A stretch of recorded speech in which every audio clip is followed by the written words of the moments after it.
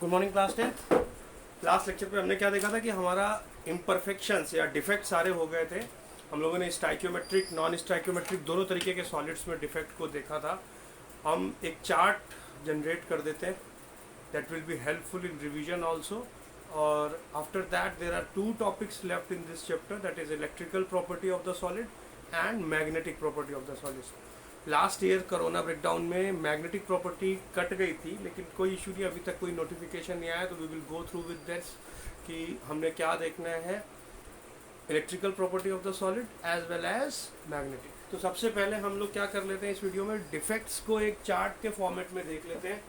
तो हमने क्या पढ़ा, हमने कहा इम्परफेक्शंस, यानी जब भी हमारा कोई ओरिजिनल लैटिस में चेंज आ जाए तो उसको हम क्या कह देते हैं, डिफेक्ट।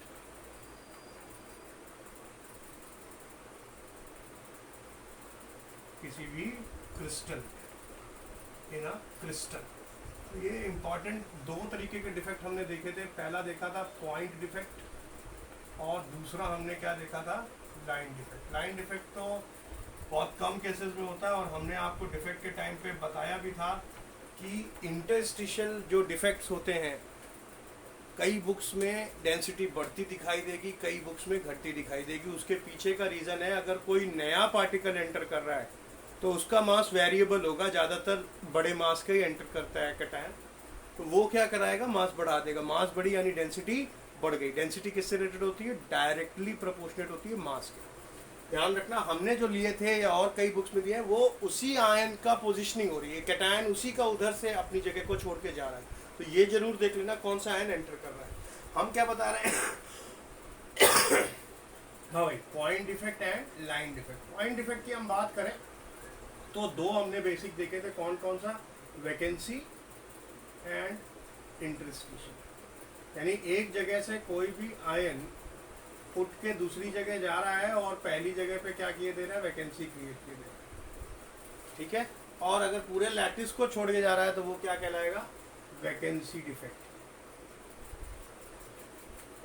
ये बेसिकली तुम्हें किस में दिखाई देता था, दोनों तरीके के डिफेक्ट नॉन आयनिक सॉलिड्स में।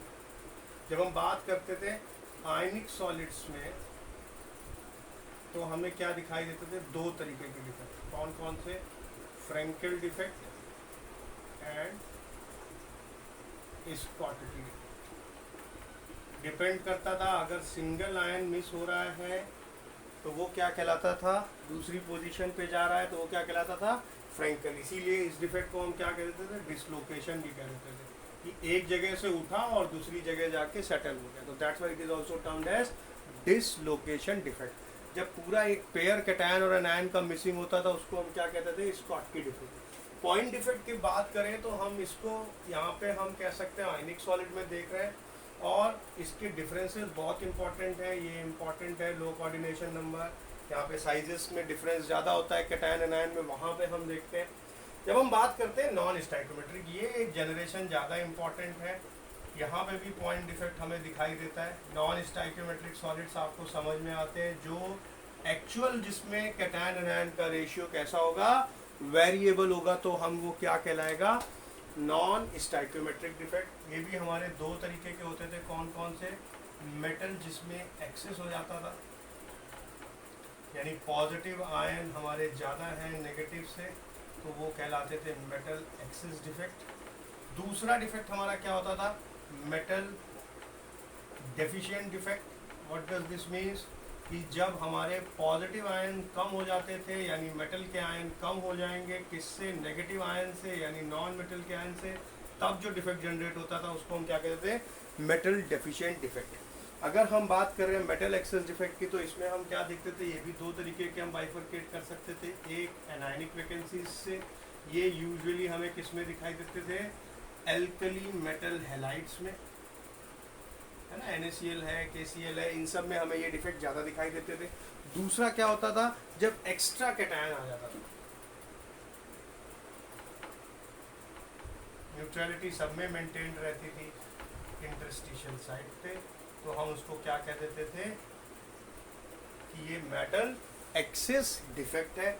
और दोनों हमें एक कॉन्सिक्वेंस देते थे, कौन सा, एन टाइप का सेमीकंडक्टर, और ध्यान रखना इसमें हमें क्या मिलते थे, एफ सेंटर मिलते थे कलर्ड, जिसमें से वैकेंसी क्रिएट हो गई तो वहाँ पे क्या हुआ, इलेक्ट्रॉन मूव किया तो वो एफ सेंटर को जनरेट करता था, जो थोड़ी सी एनर्जी मिलने पे एक्साइट हो जाएगा। नेक्स्ट हमारा क्या आता था, मेटल डेफिशिएंसी डिफेक्ट, यानी इसमें हम क्या देखते थे, ये भी दो तरीके के होते थे। First is of cation vacancy and next is of extra anion. ये अनकॉमन है, कम दिखाई देगा एक्स्ट्रा एनायन वाला, ये दिखाई देगा।